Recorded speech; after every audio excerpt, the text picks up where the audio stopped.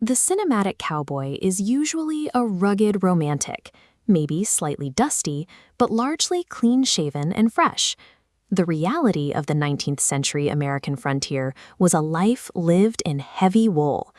Men and women sweated through long days of labor, accumulating thick layers of dirt and grime. Getting clean required water, and in the 1800s, water was not a utility that flowed freely from a tap inside the house. It was a scarce, fiercely protected resource that required immense physical effort to secure. Early homesteaders had to carry every single drop they used by hand. They walked to the nearest creek or pond, filled thick metal buckets, and hauled them back to the cabin using heavy wooden shoulder yokes.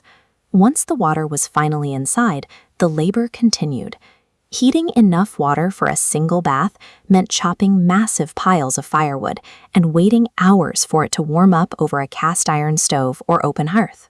Because acquiring and heating water demanded such a brutal expenditure of calories and time, cleanliness became a trade-off against a family's limited fuel and energy. For most pioneer families, that calculation fell on Saturday evening. The work week was ending, and the entire household needed to be clean and presentable for Sunday worship. But homesteads typically had only one vessel large enough to sit in, a low-volume wooden washtub held together by heavy iron bands. This chart tracks the strict domestic hierarchy of the Saturday bath. To conserve precious water and firewood, families filled this single tub exactly once. Every member of the household then washed in the exact same water, following a strict descending order. The father went first, followed by the mother, then the older children, and finally the infants. With each passing bath, the water lost its heat and its ability to clean, steadily accumulating the soil, sweat, and oils of everyone higher up on the ladder. A pioneer's position on the social ladder dictated exactly what kind of experience they were going to have, whether they were stepping into a hot, refreshing soak or sinking their bare feet into a cold, hazardous, completely opaque slurry. At the top of the hierarchy, the head of the household enjoyed the only true luxury of the week. He stepped into water that was steaming hot and entirely clear. But the soap he used was far from a modern cosmetic. Pioneer families manufactured their own soap by boiling rendered animal fat and mixing it with lye derived from wood ashes. This combination was highly effective at stripping away heavy mechanical grease and field dirt, but the chemical reaction left a caustic residue that aggressively scrubbed human skin red and raw. Yet compared to the working hands out on the cattle trails, the homesteader had it easy. Single cowboys traveling across the open range had no heated tubs waiting for them at the end of the day. When they could find a place to wash, trail hands stripped down and climbed directly into the metal troughs designed for their horses and cattle, entirely unbothered by the fact that their livestock drank from the exact same water. Even with the best resources available on the frontier, getting clean was an abrasive, primitive task that offered none of the comforts we expect today. Back in the family cabin, the Saturday bath continued. As the mother and older children took their turns, the water grew tepid, gray, and thick with leftover lye soap. Still, this was their only full-body wash of the week. During the long, dusty days in between, they had to rely on quicker methods to maintain basic hygiene. Bedrooms usually held a small wooden washstand equipped with a porcelain pitcher and basin. Families used these to take brief, freezing cold sponge baths, wiping down their hands, faces, and feet. Oral hygiene was handled at this same washstand, but modern toothpaste hadn't been invented yet. Instead, pioneers scrubbed their teeth with coarse powders made from crushed charcoal, chalk, or heavily salted baking soda.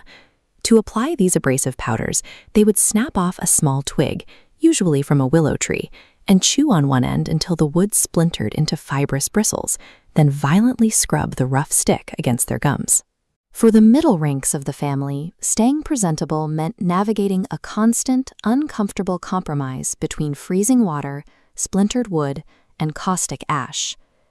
By the time the weekly bathwater reached the bottom of the household hierarchy, it was barely water anymore. It had become a cold, foul soup, saturated with the sweat, dirt, and dead skin of half a dozen people. The youngest children and infants went last. Caretakers had to take small babies and place them directly into this completely black, opaque liquid. At this stage, the bathwater presented a genuine physical danger. The liquid was so murky that a small child could easily slip beneath the surface and remain entirely hidden from view. When the bathing was finally over, someone had to carry the heavy wooden tub to the door and heave the sludge outside into the dirt. Because the water was impossible to see through, they had to physically sweep their hands across the bottom of the tub before tossing it out. Careful sweeping of the tub's bottom ensured the family didn't literally throw the baby out with the opaque bathwater. This system of shared wooden tubs and sporadic washing began to break down in the 1860s.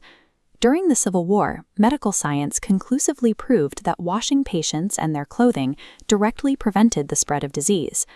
Organizations like the U.S. Sanitary Commission pioneered rigorous new protocols, instituting scheduled cleaning for soldiers, scrubbing hospital walls, and enforcing strict sanitation standards that saved thousands of lives. Following the war, early advertising campaigns capitalized on these scientific discoveries. They linked daily personal hygiene with purity, democracy, and the moral absolute that cleanliness was next to godliness. The grueling private ordeals of the frontier eventually gave way to municipal plumbing networks and massive public bathing halls that provided reliable access to clean water for the first time.